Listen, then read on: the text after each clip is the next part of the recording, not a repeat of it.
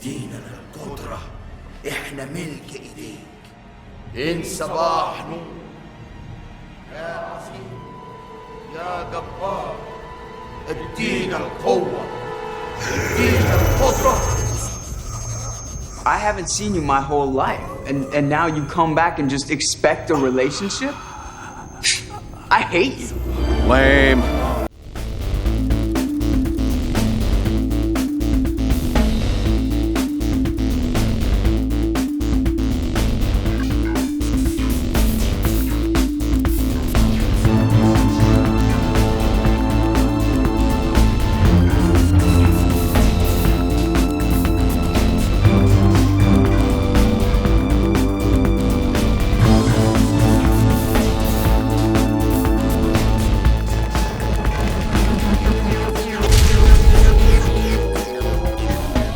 X-Men Apocalypse was announced on December 5th, 2013 in a tweet by director Bryan just over 5 months before the release of X-Men Days of Future Past. The same crew from Days of Future Past would be scheduled to work on this next installment. The story, The Fall of the Mutants from X Factor, would be very loosely adapted for the movie. After the strong critical and box office reception of Days of Future Past, buzz around X-Men Apocalypse rose. Production commenced and the cast was announced over time. The most noteworthy addition was Oscar Isaac as the titular villain Apocalypse. Initial fan response to this news was positive. Then the pictures of him in makeup began popping up, and people started comparing Apocalypse to the Power Rangers villain Ivan Ooze. As trailers for the film released, the fans got less and less excited for the movie, literally the opposite reaction people normally have. Following in Marvel Disney's footsteps with Civil War, Fox released the critics' reviews of X-Men Apocalypse weeks early. Unlike Civil War, the critics weren't as kind, giving the movie a rotten score and causing audience anticipation to be dropped even further. The film is one of the least successful domestically in the X-Men franchise to date. Wow. So, how did this movie turn out? It could have been worse. A lot worse.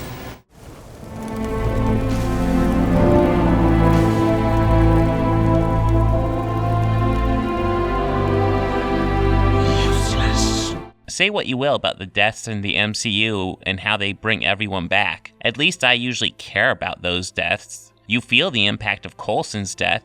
Lost my one good eye. While Havoc's death just happens, it has no impact on the story, and only a couple of seconds of screen time impact on the characters. It should have been me. He was the one that was going to do something with his life. Quicksilver's death in Age of Ultron wasn't anything to write home about, but it was way better handled than Angel's death in this movie. I promise you, whatever scum did this, not one man on this force will rest for 1 minute until he's behind bars. Now let's grab a bite to eat. Yeah, come on.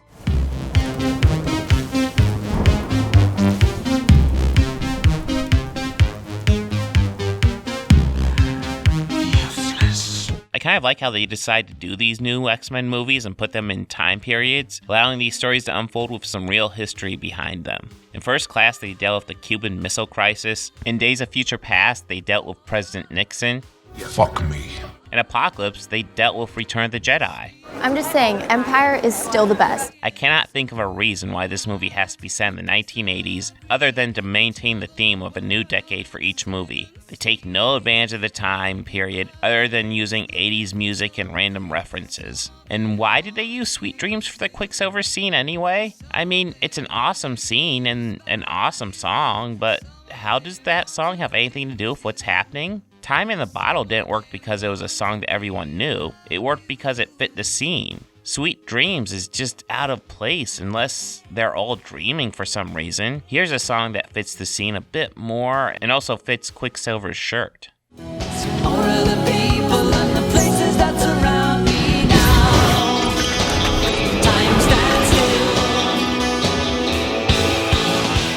Only issue with this song is that it's made in 1987. Then again, it's not like X-Men Apocalypse needs to be set in 1983. Is that scene where you're making fun of Return of the Jedi while subversively poking fun at X-Men The Last Stand and inadvertently making fun of your own movie really worth it? Well, at least we can all agree the third one's always the worst.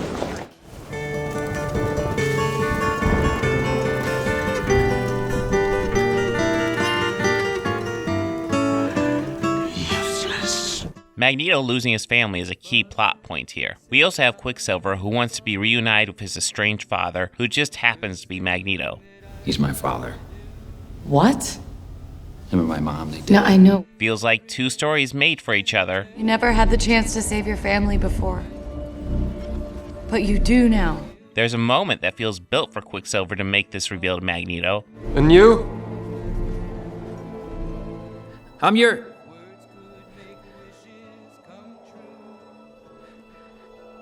I'm here for my family too. But they don't do it, and after thinking about it, I like that they didn't reveal it at this moment. That way Magneto realizes that people like Mystique and Xavier are his family. You betrayed me. No. I betrayed them. But the Quicksilver storyline never gets a resolution, unless you count this shot that clearly Jennifer Lawrence wasn't available for. Either that, or Mystique is a character that loves to share other people's secrets with people she just met. Mystique told me he is your father. They needed something, and it could have been as simple as a scene where Quicksilver walks up to Magneto and says, "Hey, I have something I need to tell you, and that you should know." I haven't seen you my whole life, and now you come back and just expect a relationship? I hate you. I know. You don't need to show Magneto's reaction or anything like that. It can be reserved for the next movie, which X-Men Apocalypse is clearly setting up. But that small moment will give us a resolution to Quicksilver's arc, which this movie is sorely missing. Without a resolution, Quicksilver feels very much like a tacked-on character. He honestly feels more tacked on here than he does in Days of Future Past. And in that movie, he was actually tacked onto it at the last minute. Oh, come on. You know, why don't you just tell me? Why do you have to put me through all this? Where's the fun in that?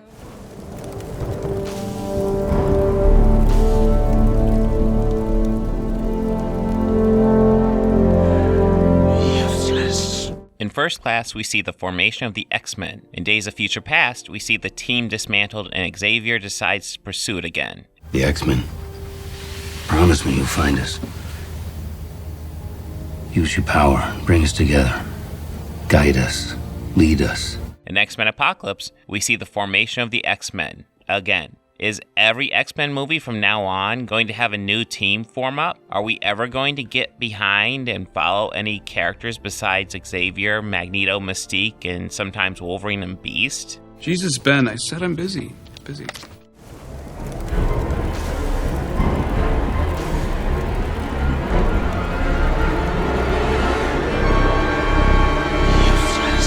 Before I get too far into this, I want to make it clear that the only reason more people haven't criticized this part of the movie is because of Michael Fassbender. Michael Fassbender gives a great performance here, as he usually does.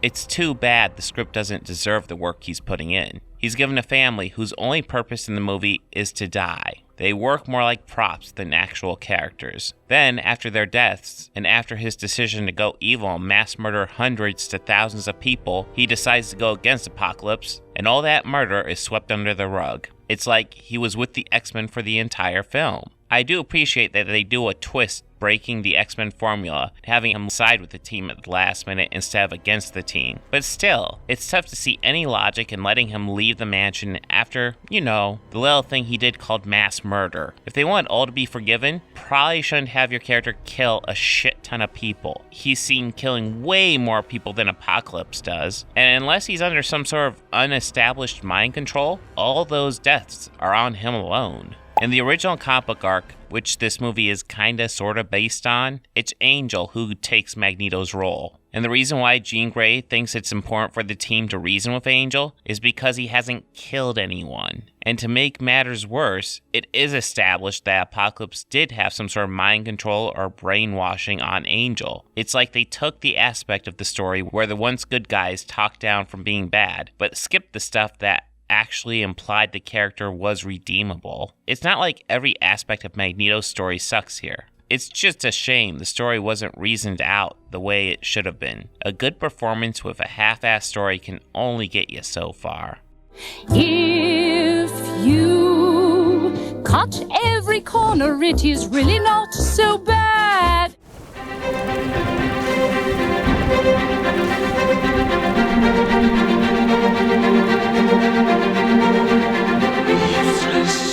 First Class was an in-continuity reboot of the X-Men franchise by Matthew Vaughn, and it also happens to be the best Fox comic book movie not called Deadpool. I'm touching myself tonight. But since Bryan Singer regained the director's chair, he seems to be trying to wash his hands of that movie. First, he does a soft reboot, which is fine since First Class is the only movie not erased. Then he kills off half the characters in First Class off-screen. The only First Class X-Men left after the off-screen kills were Xavier, Mystique, Beast, and Havoc. Mystique was a character he used in his original movies. Beast was a character he planned to use. He gave Hank McCoy a brief cameo in X2 and planned on using him in his very early ideas for X-Men The Last Stand before he left that project, which leaves Havoc as the odd man out. And guess what happens to Havoc in this movie? What happened? Where's Alex? Where's my brother? Pretty sure I got everybody.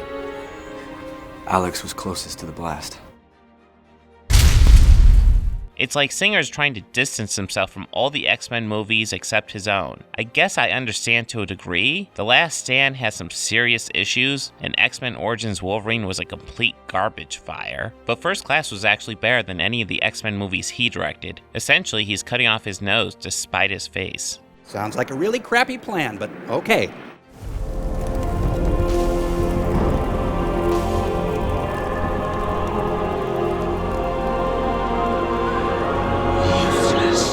A decent chunk of Act 2 is spent with a mixture of old and new X-Men being held hostage by Stryker, because apparently having an all-powerful super mutant villain isn't enough to fill this movie's overblowed runtime. The characters from the previous movies are held in a cell while the new guys have to save the day, which seems like it should contribute something to their growth. But rather than have the new guys contribute too much, they just set Wolverine free and he fixes everything for them. So instead of it feeling like the new guys coming into their own, it instead feels like the older character is being saved by an even older character while the new guys sneak around. The whole scene just feels like Stryker shows up and delays the plot for a few minutes. If they need to fill time, wouldn't it be easier just to have the X-Men randomly fight some random Rathdars? Don't tell me a Rathdars got loose. Wait, what? Did you just say Rathdars?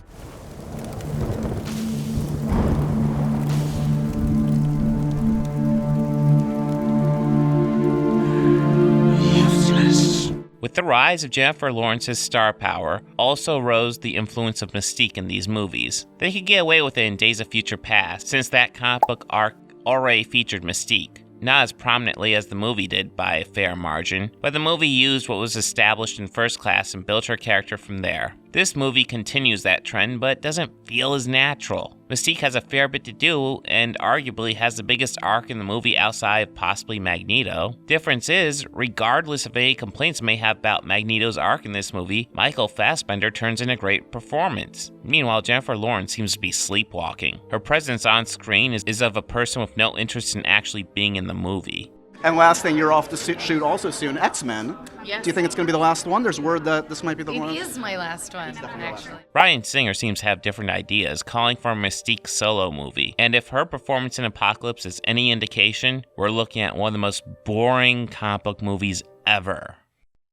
In a world where all trailers begin with the phrase, "in a world," while looking at some establishing shots,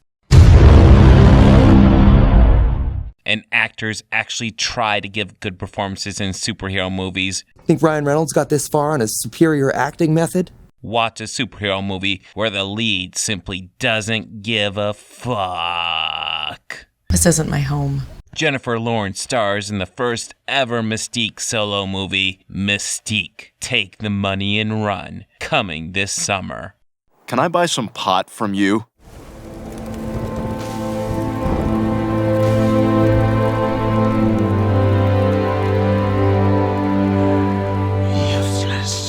So they go to a jet and stumble upon these flight suits that also happen to double as superhero suits. Hey guys, flight suits. And everyone finds one that's perfectly their size. Wow, what are the odds of that happening? I can't believe the Koreans bought their church back. Yeah, I mean, good thing there was an even bigger abandoned church directly across the street. Yeah, that's convenient. Yes, it is convenient.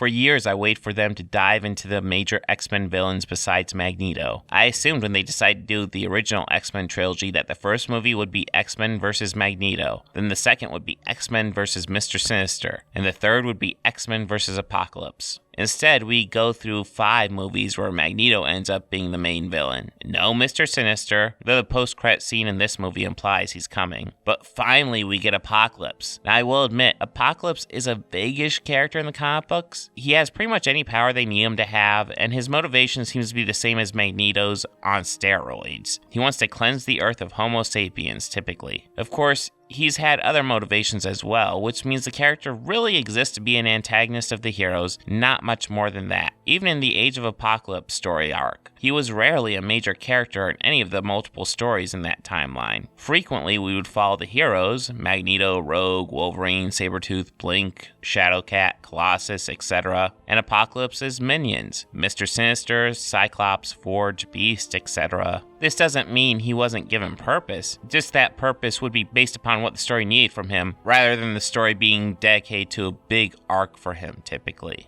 And now that we get the movie version, they cast a great actor like Oscar Isaac in the role, and give him far less motivation than the comic book did. He's a hollow character that the writers fill in with what they need in the comic book. In the movie, he just feels hollow. He wants destruction, but his end goal is a mystery. Does he want to destroy all humans, or just everyone that doesn't follow his way? Or maybe he wants to destroy everyone except his horsemen, and maybe he even has a way to repopulate the Earth with his minions once it's been cleansed. It's not clear, and it's not helped that Isaac frequently feels way too short for the role. Apocalypse frequently changes size in the comic books, so having him be shorter when he's recruiting makes sense. But when he's trying to intimidate the other characters, wouldn't it be better having him increase size? His makeup ends up being underwhelming too. People called him Ivan Ooze, and honestly, he looks more like Ivan Ooze than Apocalypse. For the Vision in the MCU, you can clearly recognize Paul Bettany, but they also add some computer graphics to his face, giving him a slightly uncanny valley effect, making him look just slightly off from human.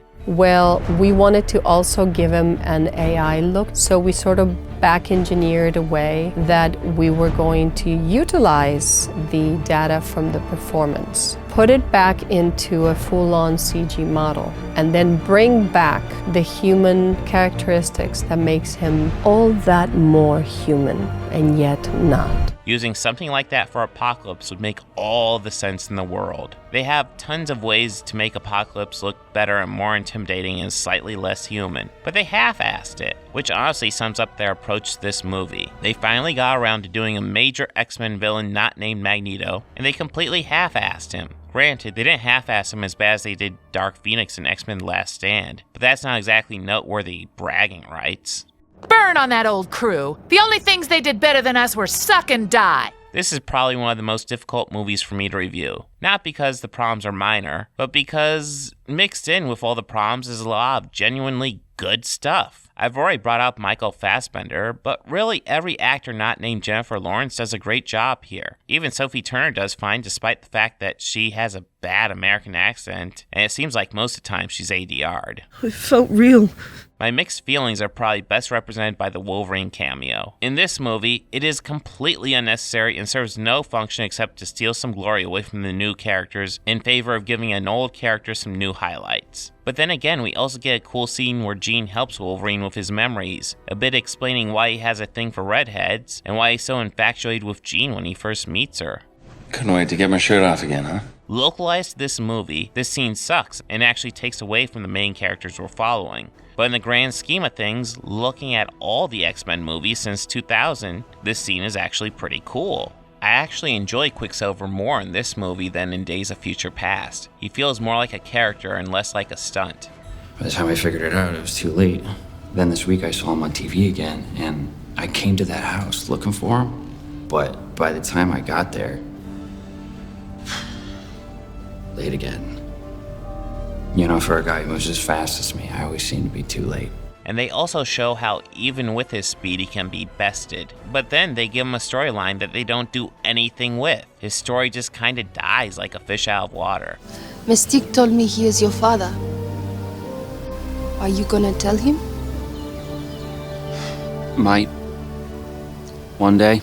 I like how we get to see Angel and how Apocalypse turns him into Archangel. I also like how they use Apocalypse to give Storm's white hair an origin. But outside of Apocalypse turning Angel into Archangel, Angel's origins couldn't be more different from the comic book. So do I give this movie a passing grade for enriching the X-Men movie universe, or condemn it for not telling a strong enough story on its own? Bryan Singer has proven time and time again that he's not nearly as great a director as people give him credit for. He is good though. Here he does great with some stuff, but then he also does not so well with other things. In the commentary, he talks about why he didn't do more for Apocalypse. Sort of a metaphysical battle happening during a physical battle was kind of a cool way, and also a way for me to grow the character, because if I just had him walking around as a giant the whole time, like Xerxes, from 300,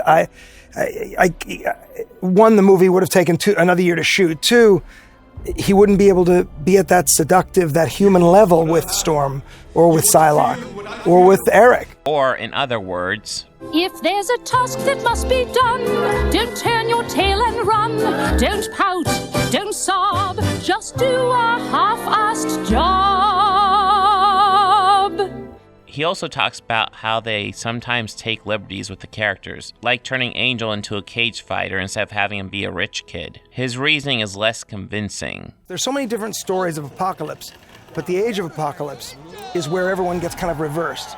So in this idea, we find a lot of our characters, not all of them, but most of them, in places where they were the opposite of where they were in the previous film. Age of Apocalypse is an alternate timeline where in the past Xavier gave his life to save Magneto. Because of this, Magneto formed the X-Men under the ideals of his lost friend. Sure, some of the roles are changed. Magneto and Sabretooth are good guys while Beast is a villain, but the characters do have reasons for being on their side. It's not simply opposite day, just an alternate take on the characters' lives. Using Age of Apocalypse as a reason to change things only makes sense if you follow Age of Apocalypse alternatives. If you're not doing that, then you're just doing your own thing, which is fine. But don't try to say it's a reference when it's clearly not. Then again, maybe they shouldn't take liberties. Remember the end of Days of Future Past when Wolverine is being brought in by Stryker and it appears his history is repeating itself? Then it's revealed that Stryker is really Mystique. And then it appears things will be different. This movie goes ahead and forgets about that reveal, and now he's back with Stryker.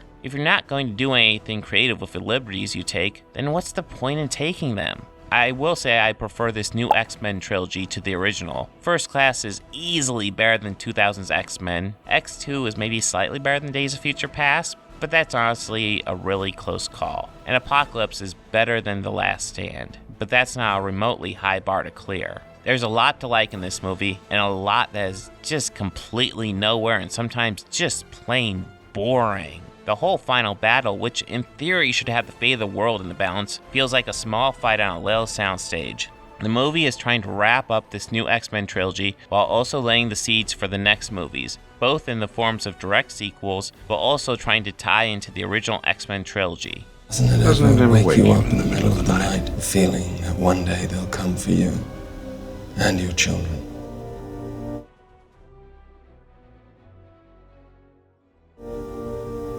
The feeling that someday they will pass that foolish law. Wake up to that. Or one just like it.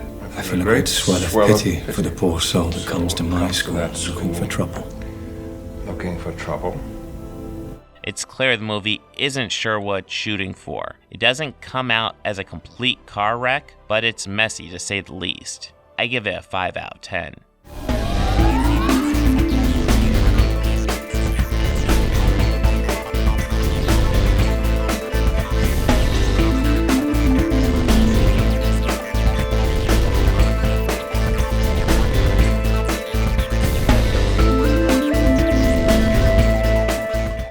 Well, you're back, and everyone seems to be pretty happy about it. Not everyone. Hey, if you like this video, please make sure to hit that like button and go ahead and subscribe. That helps me out a lot. And if you really love this video, consider visiting my Patreon page.